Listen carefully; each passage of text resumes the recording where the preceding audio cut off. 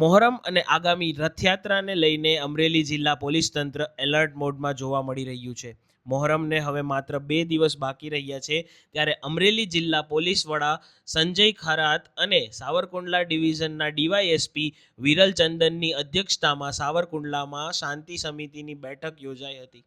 ખાસ વાત એ છે કે પોલીસ મથકને બદલે મોઢવણી જ્ઞાતિવાડી ખાતે આ બેઠક યોજીને પોલીસ તંત્રએ નવી પહેલ શરૂ કરી છે. બેઠકમાં હિન્દુ અને મુસ્લિમ સમાજના અગ્રણીઓ સાથે ભાજપ અને કોંગ્રેસના આગેવાનો પણ ઉપસ્થિત રહ્યા હતા.